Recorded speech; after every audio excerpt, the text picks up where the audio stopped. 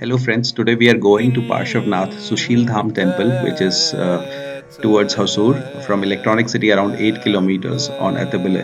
So Parshavnath Temple is very beautiful. It's a very serene place. It's carved out of white marble. If at all you intend to go to Electronic City or Hosur, it's a must-see place. Even when you're not planning to go to Hosur or Electronic City, still over a weekend you can go here, see the serenity. You would definitely like the temple for its architecture, the very delicious food, and the serenity and peace and the greenery which you find around the temple, in and around the temple. So, little bit about the Jain belief or the Jain religion. So Jains, as we all know, is one of the most ancient religions out there. So, so it comes from the Sanskrit word called Jina, which also means victory, like Jeet, a victory or a victor.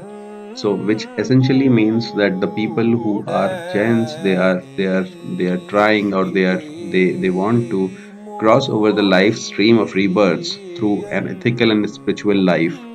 So, Jains trace their history through a succession of 24 victorious saviors and teachers, and they are also known as Tirthankaras. Like I said earlier, this temple is Parsavanath Tirthankar. So, the first Tirthankar was Rishabhanatha, who is believed to have lived millions of years ago. And the 24th, which is the last Tirthankar, was Mahavir around 500 BCE. So Jains believe that Jainism is an eternal dharma, and Tirthankara are guiding every cycle of Jain cosmology.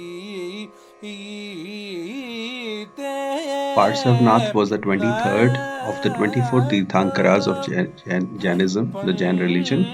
He is the earliest Jain Tirthankar who is acknowledged as a historical figure. His biography is uncertain, but with many Jain sources and historians, they believe he was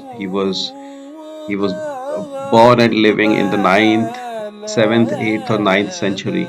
Though the exact dates are not known, but he's supposed he is, as per historians, he was somewhere between seventh, eighth, or ninth BC. And it's also generally accepted that Mahavir's parents were followers of Parshavanatha.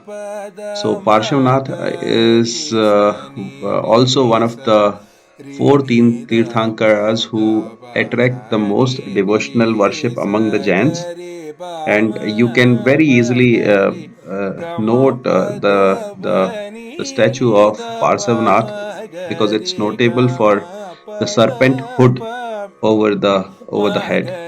So Parsavanath is said to be born in Benares, and he renounced the worldly life and founded an ascetic community. He is credited with starting the tradition of fourfold restraints for monks. So the restraints being: one, don't kill; two, don't steal; three, don't lie; and the last one, the fourth one, don't own property. And later, Mahavir, who came in 5th BC, he expanded the scope of Parshavnath's first four restraints with his ideas on ahimsa, which is non-violence, and giving up even clothes. And he also, for the saints and the monks, he also added an additional vow of celibacy. So, so Parsanath, it seems, had not required celibacy and had allowed wearing of simple outer garments by monks. To visit around 11 to 12, you can see the temple, and from 12:30 onwards they have a very nice sattvic bhojnalaya, which means it's a completely vegetarian food. So you can go. The price for the token of the food is around 70 rupees, and it's good food. It's a sattvic food, so it's good. So as you know, uh, the root vegetables may not be used in the food which they make. So onions, garlic, these kind of things, potato, they may not be there in the food. and there is a reason to that which you may already be aware. So Jain followers feel that the root vegetables are something which are giving birth to another plants. So as we all know from the root, if we get the root, we can, if we have the root of potato, which essentially means potato, then we can plant more potato plants using the same potato root.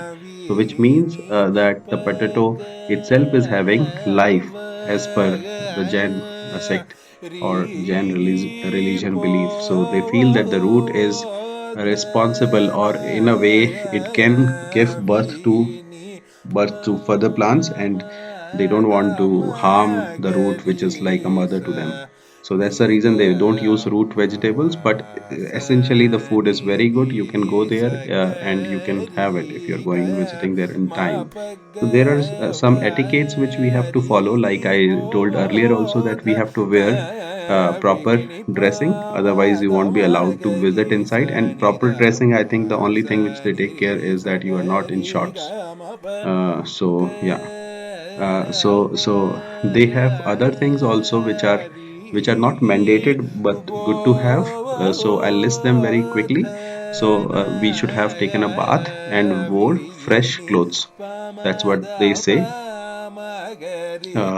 So they also say that you should not be having anything before visiting the temple. But yeah, I think if you can wear that, you can go there without having anything. Otherwise, also it's okay.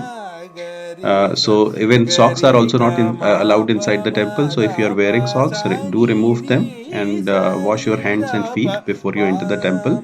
You should not be chewing any gums or mints or anything, because that would also not be allowed. You will not allow the entry if you are chewing something. And like any other simple etiquette to be followed, please put your mobile phones on silent and not make a lot of noise inside the temple. Also, one very important thing is that you are not allowed to touch any idol. So please don't do touching the idols.